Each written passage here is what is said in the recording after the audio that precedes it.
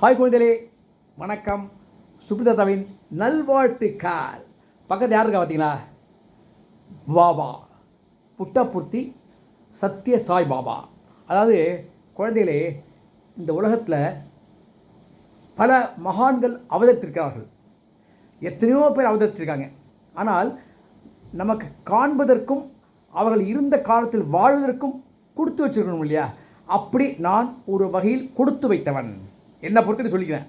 அதாவது ஒரு காலத்தில் உண்மையை சொல்லிடுறேன், 8வது 9வது 10வது வரலையும் பாபாவை திட்டி இருக்கிறேன். இவர் மிஸ்பிரசன் பண்ணுவார், இவர் நம்பக்கூடாது அப்படிலாம் நான் சொல்லியிருக்கேன்.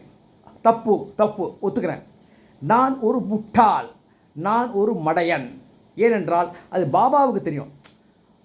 லட்சக்கணக்கான பேர் பாபா திட்டிருக்காங்க, அவரை பற்றி எல்லாரும் பேசியிருக்காங்க. நானும் அதில் ஒத்தந்தான். நான் உணர்ந்து கொண்டேன், என் தவறை உணர்ந்து அவரிடம் ஆத்மார்த்தமாக மனசுக்குள் மன்னிப்பு வாங்கி கொண்டேன். அதாவது இன்றைக்கி பாபாவுடைய 100வது பிறந்த தின விழா உலகம் முழுக்க கொண்டாடிட்டு இருக்காங்க. ஆண்டு முழுக்க கொண்டாடிட்டு இருக்காங்க. புட்டபர்த்தியில் பிரசிடெண்ட் வராங்க, வந்திருக்காங்க. பிரைம் மினிஸ்டர் வந்தாச்சு, வைஸ் பிரசிடெண்ட் வந்தாச்சு, பெரிய பெரிய விஐபிஸ்லாம் வந்தாச்சு. எல்லோரும் பாபாவுடைய பெருமையெல்லாம் சொல்லிட்டாங்க.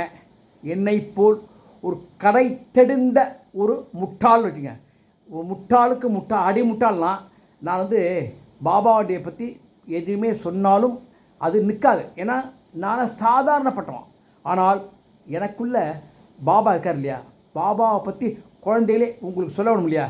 நல்லா ஒன்று புரிஞ்சுங்க, யாருமே சக்தி இல்லாமல் எதையும் செய்ய முடியாது. ஒரு சின்ன 2 நாளைக்கு சாப்பிடாம இருங்க, உங்களால் ஒரு பொருளை தூக்கி பாருங்கள், சைக்கிளை முதிச்சு பாருங்கள், வேகம் முதிக்க முடியாது பாருங்கள். சக்தி இல்லை என்றால் உங்களால் செயல் இறங்க முடியாது. ஒருவர் ஒரு செயல் பண்ணுறார் அப்படின்னா அதுக்கு லட்சக்கணக்கான மக்கள் பாபா பாபா பாபா பாபான்னு கோடிக்கணக்கான பேர் வச்சுக்கலாமே, ஒவ்வொரு மாநிலத்திலேருந்தும் ஒவ்வொரு நாட்டில் வெளிநாட்டிலேருந்தும். அந்த மாதிரி அவரிடம் தஞ்சம் புகுந்து மனம் சாந்தி பெறுகிறார் என்றால் அவர் எந்த அளவுக்கு மகானாக இருந்திருக்க வேண்டும். அவர்தான் மகான். அவருடைய பெருமையை நான் நேரில் அவரை பார்த்துல, அவரை ஆத்மார்த்தமாக மனதில் வைத்துக்கொண்டு அனுபவித்து அதில் வெற்றி பெற்றேன். அதுதான் உண்மையான சம்பவம். சில நிகழ்வுகள் சொல்ல முடியாது. நான் என்ன அற்புதங்கள் எனக்கு நகர்ந்தது அப்படிங்கிறத மிக பெரும் கல்கி நிறுவனம் குரூப் இருக்கு இல்லையா, அதில் தீபத்தில் பிரசுரம் பண்ணியிருக்காங்க.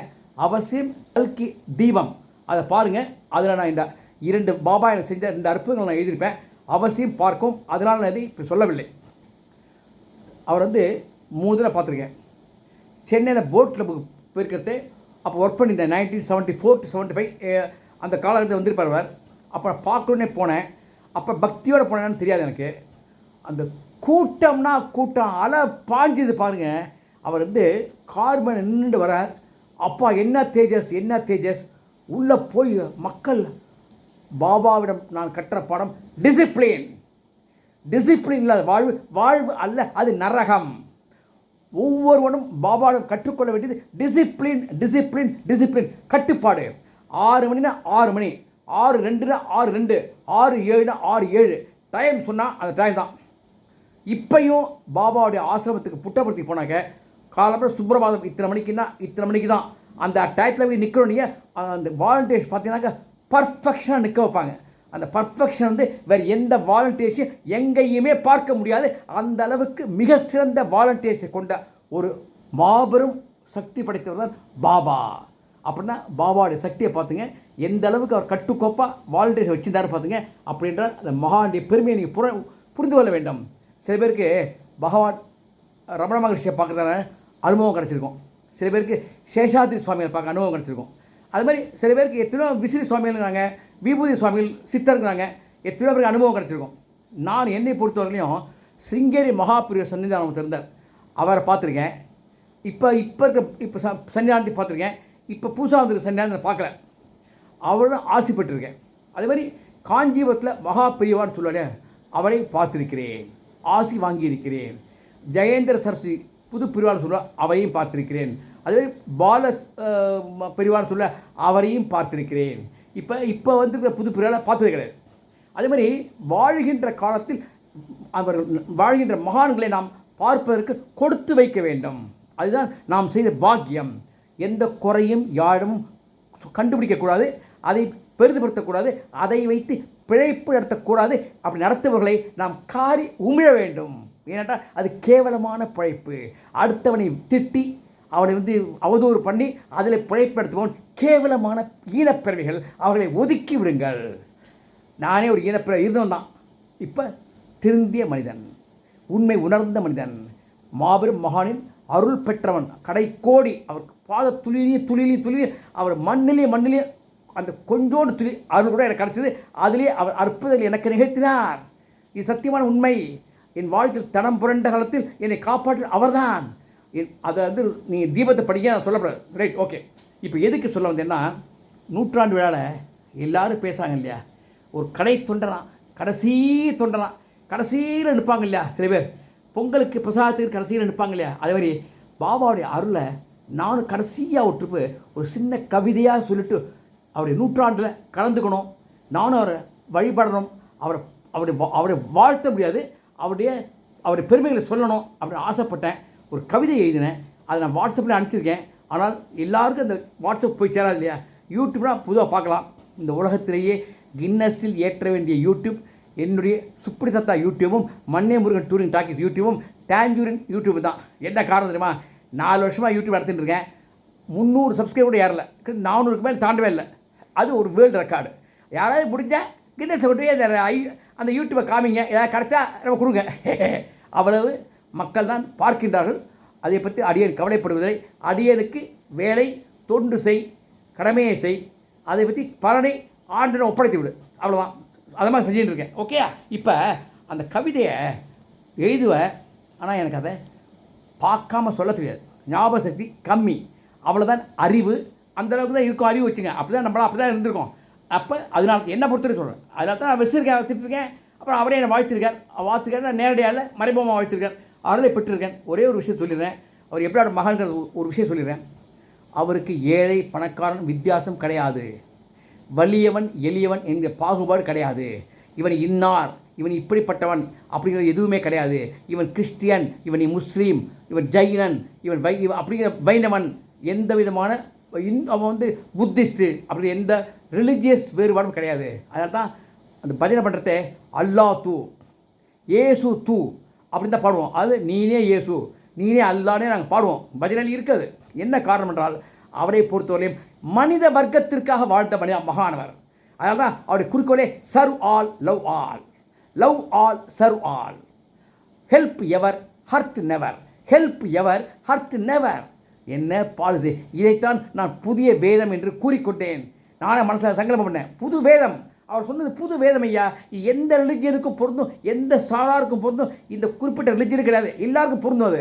அதனால தான் எல்லா ரிலிஜியஸ்காரங்களும், வேட்டு மதத்துக்காரங்களும் அவற்றை, அதாவது மற்ற வெளிநாட்டுக்காரங்களும் குமிட்டாங்க அவற்றை ஆசீர்வாதம் வாங்கிறதுக்கு, அருளை பெறுவதற்காக. ஏன்னா ஒவ்வொருத்தருக்கும் ஒரு பிரச்சனை இருக்க தான் செய்யும் இல்லையா. அதனால் மனசாந்தி கிடைக்கக்கூடிய இடம், மகான் இருக்கக்கூடிய இடம், அந்தான் புட்டபர்த்தி சத்ய சாய்பாபா. நான் அடியேனுக்கு அந்த அனுபவம் கிடைத்தது. அதாவது ஒரு எதுக்கு சொல்கிறேன், அவரை பற்றி எவ்வளோ சாதாரண மனிதன் சொல்ல அந்த காரணம்னாக்க, கொடைக்கானல் போயிருந்தேன், பயங்கரமான கூட்டம். நான் எப்போது கடைசி நமக்கு முன்னாடி நமக்குலாம் கிடைக்குமா, தள்ளி விடுவான், கடைசியில் போய் நிற்கிறேன். அப்போ பாடுறாங்க, பஜனை நடக்கிறது, எல்லோரும் கை தட்டுறாங்க. அப்போ அவர் வண்டியில் அப்போ சக்கரத்தில் அவர் சைக்கிள் வச்சா தள்ளிட்டு போயிட்டு இருக்காங்க. அப்போ முடியல, நடக்க முடியல அவருக்கு. போயிட்டு இருக்கிறத எங்கேயோ பார்த்துட்டு இருக்கார், எங்கேயோ போயிட்டு இருக்கார், எங்கெல்லாம் பார்க்கல, அவர் எங்கேயோ போயிட்டு இருக்கார், ரொம்ப டிஸ்டன்ஸ் அவர். அப்போ அந்த பஜனைக்கு என்னை பொறுத்தவரையிலையும் கை தட்டுறது எனக்கு விரும்பலை, நான் பாட்டில் தட்டினேன் அப்படின்னு. அப்போ அங்கேருந்து என்னை பார்த்தவர் அவரும். அப்போ தான் புரிஞ்சது, இவர் சாதாரண மகானில் மாபெரும் மனிதர், ஒவ்வொருத்தர் மனசுக்குள்ளேயும் புகுந்து வேலை செய்யக்கூடிய மனிதர். அப்படியே புரிஞ்சுங்க. எங்கேருந்து எங்கே பார்த்து எல்லோரும் கை தட்டுறாங்க, இவர் நேரம் வந்தவர், எல்லாரையும் சுற்றி பார்த்தவர், என்னை பார்த்து நான் இப்படி தட்டினப்புறம் அவரும் அந்த பஜனைக்கு இப்படியே செய்தார். அதுதான் எனக்கு அவரை பொறுத்து ரொம்ப சந்தோஷம். எனக்கு அந்த ஒரு விஷயத்தை சொல்லிடுறேன். இப்போ கவிதையை படிச்சுடுறேன், அப்போ தான் எனக்கு என் ஆன்மா சாந்தி வரும். ஓகேயா?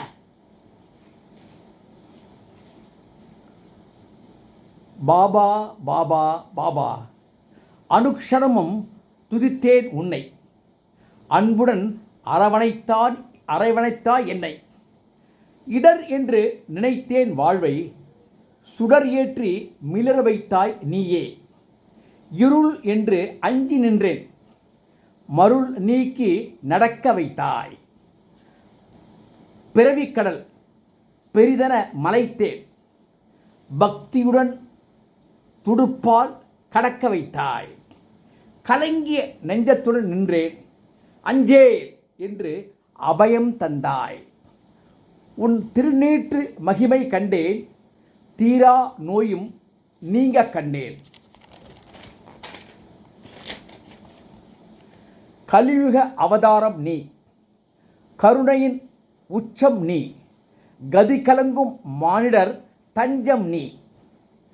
அம்மா என்று அழைத்தவனுக்கு அன்னமிட்டவன், வறண்ட நாவுக்கு நீர் கொடுத்தவன், மலை போன்ற பேரிடரும் மலைக்க வைக்கும் உன் அருளாலே மண்ணாகும் தூள் தூளாய்.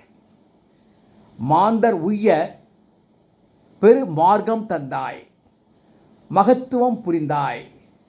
மகத்துவம் புரிந்தவன், ஞானம் தெரிந்தவன், அது தவிர ஏளனம் பேசுபவன், எகத்தாளம் செய்பவன், எள்ளி நகையாடுபவன், அனைவருக்கும் நீ செய்தது அற்புதமே.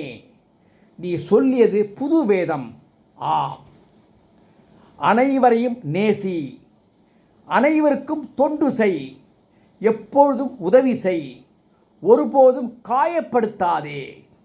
100 ஆண்டு காணும் தெய்வத்தின் புது வேதம், மனிதகுலத்தின் உத்வேகம். பாபா, வேதம் பற்றுவேன், பார் மிளிர என் பங்களிப்பேன். உன் நூற்றாண்டில் இது சத்தியம், என் சத்தியம். பாபாவுக்கு நமஸ்காரங்கள். இதுதான் என்னுடைய பாட்டு. நான் வரல, நீர் கொடுப்பேன்னு சொன்னேன் இல்லையா, அந்த தெலுங்கு கங்கா திட்டத்துக்கு 200 கோடி பாபா கொடுத்துருக்கார். சென்னைக்கு குடிநீருக்காக 200 கோடி. அவர் செய்யாத யாகங்கள் கிடையாது.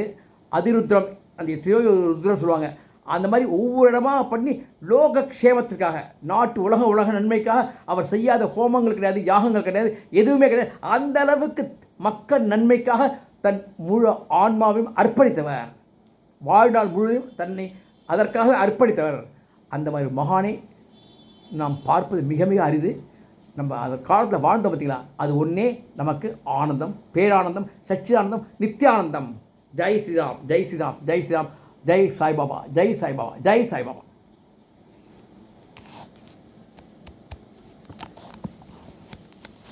ஒட்டுவார் பார்த்துங்க. ஜெய் சாய்ராம், ஜெய் சாய்ராம், ஜெய் சாய்ராம்.